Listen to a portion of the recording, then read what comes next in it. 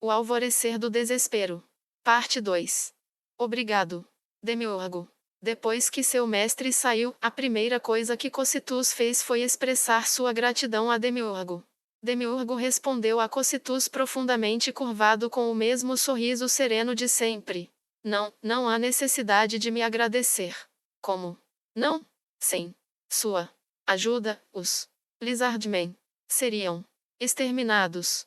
Cocytus, eu acredito que a razão pela qual o Ain-sama aprovou sua sugestão foi porque ele havia previsto tal desenvolvimento.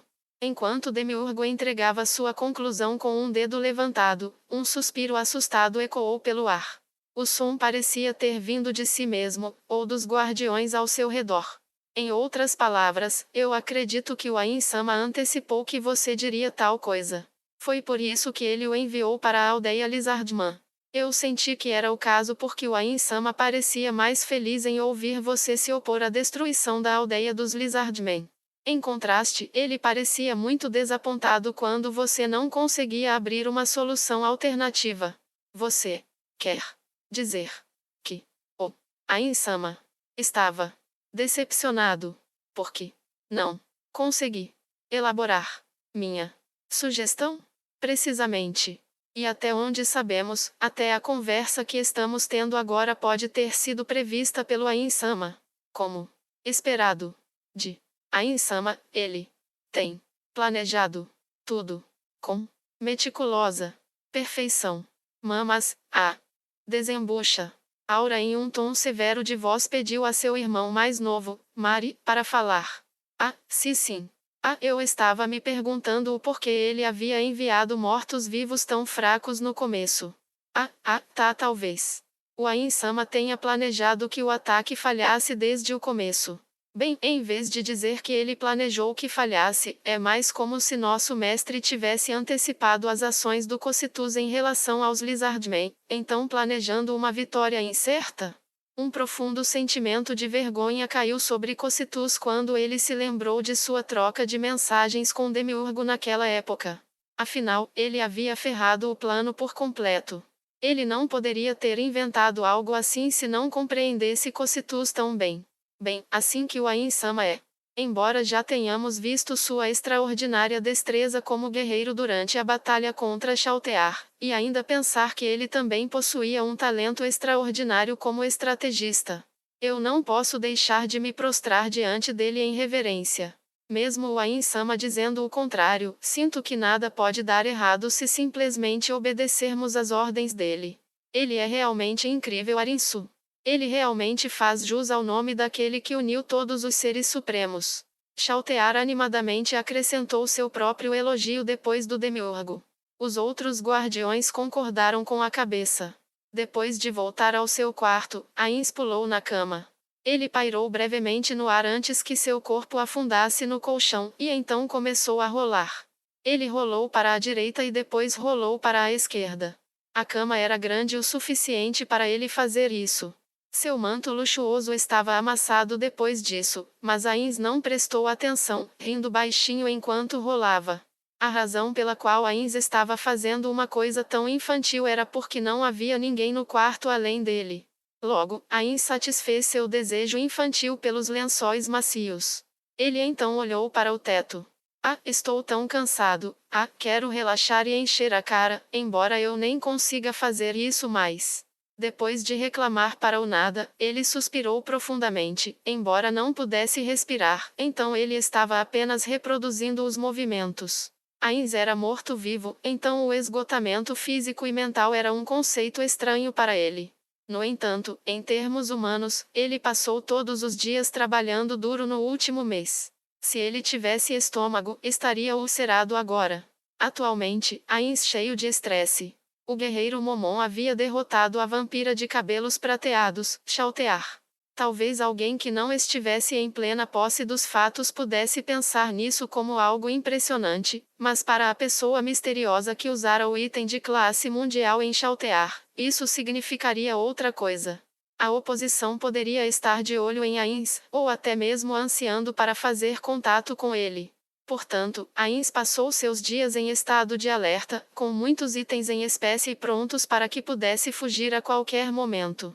Durante seu tempo livre, ele se entregou a um pouco aos devaneios, ou exercitar imaginação se assim preferir, e estudou se ele seria capaz de escapar se o inimigo viesse buscá-lo, enquanto ao mesmo tempo reunisse informações sobre seu inimigo. Essa vida cotidiana pouco afetaria Ainz ou Algon, mas cansou os remanescentes de sua humanidade, da personalidade de Suzuki Satoru. A razão pela qual ele se entregava ao comportamento imaturo quando estava sozinho e tinha tempo livre era provavelmente um sinal de que Suzuki Satoru estava sob muito estresse, escondido sob a fachada de Ainz.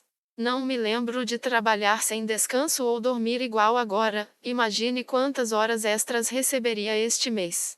Talvez essa reclamação tivesse vindo da personalidade de Suzuki Satoru sobrepujando a de Ainz.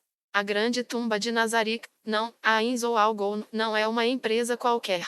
Como um empreendimento conjunto, devemos ter ética, por isso devemos pagar a todos os funcionários as horas extras que têm. Depois de choramingar para si mesmo, Ainz franziu as sobrancelhas inexistentes. Será que não tenho direito a horas extras porque já tenho subsídio de moradia? Uá! Ainz rolou de novo e parou depois de meia dúzia de iterações. Tudo bem, já pensei muita inutilidade por um dia. Enfim, estou realmente impressionado que o Cocytus disse aquilo. Foi uma grande surpresa. Pois jamais pensou que Cocytus realmente sentisse simpatia pelos Lizardmen. Na verdade, as ações de Cocytus foram uma grande dor de cabeça para Ainz.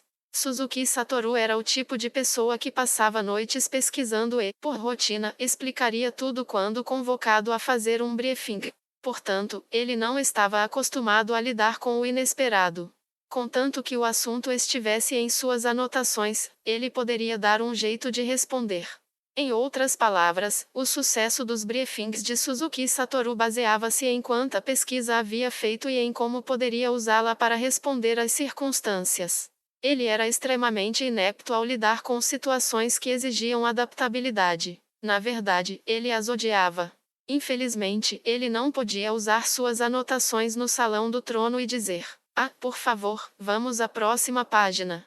Portanto, Ainz ensaiara mentalmente os eventos no Salão do Trono 10 vezes antes. Ao fazê-lo, ele rezou para que ninguém fizesse nada de surpreendente. Mas Cocytus jogou esse pequeno desejo pelos ares. Ele ficou extremamente aflito com o que Cocytus diria, mas também ficou muito feliz. Essa era a alegria que um pai poderia ter, como se uma criança até então dócil e obediente tivesse expressado sua própria opinião pela primeira vez. O importante era que o crescimento de Cocytus havia excedido em muito as expectativas de Ainz.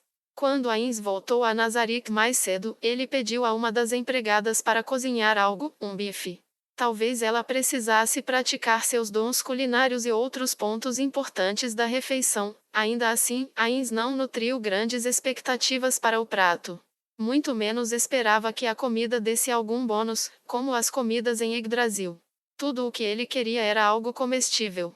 No entanto, o resultado só poderia ser descrito como um pedaço de carvão. Não importava quantas vezes a empregada praticasse, ela só podia fazer pedaços de carne queimada. Ainz abraçou esse resultado quando aceitou as sinceras desculpas da empregada. Afinal, era o mesmo que ele tentando equipar uma espada grande usando seu manto. Em Yggdrasil, era necessário ter habilidades especializadas para fazer comida. Era de se esperar, já que comida e bebida poderiam conceder bônus especiais quando consumidas. No entanto, essa empregada não possuía essas habilidades. Em outras palavras, se alguém não tivesse as habilidades adequadas para realizar uma tarefa, isso terminaria em fracasso. A questão de Cocytus também foi uma espécie de experimento. Ainz queria ver se os personagens já finalizados como ele e os NPCs poderiam aprender algo novo. Este experimento foi projetado para ver se eles poderiam melhorar forçadamente aprendendo táticas e estratégias. Ele havia dado o comando de Cocytus sobre os mortos-vivos fracos porque achava que seria capaz de aprender mais com a derrota. No final, Ainz ficou satisfeito com os resultados. Cocytus mostrou a Ainz que ele tinha a possibilidade de crescimento. Claro, havia uma enorme diferença entre teoria e prática. O próximo objetivo de Ainz era dominar completamente os detalhes do funcionamento da magia neste mundo, isso se algo assim realmente existisse. Atualmente, Ainz ainda não tinha certeza se a magia era uma habilidade ou conhecimento. Todavia, esse experimento mostrou que era possível aumentar o conhecimento sobre algo. Cocytus conseguiu provar que é possível. E o fez de forma muito boa. Pensou Ainz. A falta de crescimento era equivalente à estagnação. Mesmo que fosse poderoso agora, ele poderia ser superado algum dia. Mesmo que tivesse uma vantagem de 100 anos em tecnologia militar, ele ainda perderia sua vantagem se não a melhorasse continuamente. Uma nação forte, mas estagnada, se tornaria fraca em um piscar de olhos caso se deixasse cegar pela soberba. Bem, eu acho isso, estou feliz em saber que as crianças cresceram, mas é preocupante também, pode chegar um tempo que não vão mais me considerar digno da lealdade deles. Ainz olhou para o véu da cama enquanto murmurava. Ah, é tão assustador, me dá medo. Os remanescentes da personalidade de Suzuki Satoru lamentaram o medo do desconhecido. A mudança era a consequência natural do amadurecimento. Então, quem poderia garantir que a lealdade absoluta deles não mudaria? Mesmo que isso não acontecesse, ele ainda temia que um dia eles o considerassem indigno de ser o governante da gloriosa Nazarick. Ele temia ser forçado a sair de sua posição como chefe de guilda. Eu tenho que me tornar um líder que os guardiões vão querer seguir. Porque não há alguém para me ensinar os passos de um governante. Provavelmente não havia ninguém em Nazarick que fosse designado para tal propósito. Quando Ainz caiu em contemplação, ele pensou em duas pessoas, dos 5 piores de Nazarick. Um deles era Kyoukou, que possuía o título de duque, e o outro era Gashoku Koshuou, que tinha o título de rei. Ainz se perguntou se poderia pedir que eles o ensinassem, mas chegou a uma resposta simples e sucinta. Nem pensar. Ele não queria aprender com eles a menos que não tivesse outra escolha. Melhor esquecer isso, contanto que eu não erre muito, não precisarei me aposentar. Mas ainda assim, sim, sobre aquelas ovelhas de 2 pernas. Ainz já tinha imaginado a verdadeira identidade das ovelhas de 2 pernas, justo por isso não havia perguntado como se pareciam. Afinal, eram monstros que ele tinha visto nos tempos de Yggdrasil. Será que são iguais? Uma mistura de leão, cabra e serpente. As patas dianteiras são de leões, as de trás são de cabras, quimeras. Em Yggdrasil, quimeras andavam sobre 2 patas, atacando com patas de leão, que serviam de armas. Possuíam 2 cabeças, uma de leão e outra de cabra, já a serpente agia como um rabo. Isso porque esses monstros eram baseados nos dados visuais de monstros conhecidos como Baphomets. Então, por que Demiurgo não simplesmente disse que eram quimeras? Ainz teve lá suas dúvidas, mas também chegou a uma resposta. Ou seja, devem se tratar de quimeras mutantes. Não é, Demiurgo? Ainz riu, e então acrescentou uma nota mental à sua opinião sobre Demiurgo. Ele tem um terrível senso de nomeação. Bem, as quimeras em Yggdrasil pareciam meio, não, quimeras que se parecessem com peixes seriam meio nojentas. Então essas ovelhas de 2 pernas são uma nova raça de quimeras, as quimeras do reino sacro, pode ser bom trazer uma delas para Nazarick. E o Victim, Victim parecia exatamente como Ainz se lembrava, mas uma coisa se destacava em sua mente. A linguagem que ele está usando, é o Enochiano, a linguagem dos anjos? Parece que há um idioma diferente misturado na fala dele. Era traduzido automaticamente, então Ainz não sabia que tipo de linguagem ele estava usando, mas soava estranho. Claro, isso pode ser porque Ainz não conhecia Enochiano. Mais uma coisa que não adianta perder tempo me preocupando. Enfim, já é hora de começar. Ainz rolou de novo. Ele parou quando estava de bruços, para verificar algo que o incomodava desde então. Ele pressionou o rosto no colchão e fungou. Ainz não tinha pulmões, então ele estava apenas passando pelos movimentos. Estranhamente, ele podia sentir o cheiro de algo. Esse aroma de flores, será que alguém borrifou perfume na cama? As camas dos ricos são assim? É bastante surpreendente, vou ter isso em mente quando eu fingir ser rico. 1.